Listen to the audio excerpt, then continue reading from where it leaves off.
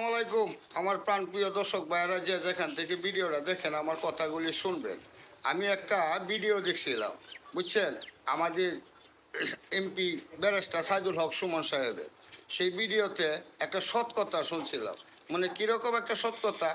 এই দেশও আমি বহুত এমপি মন্ত্রীর পিছিয়ে মোটামুটিভাবে ঘুরছি, ততটা ঘুরি নাই।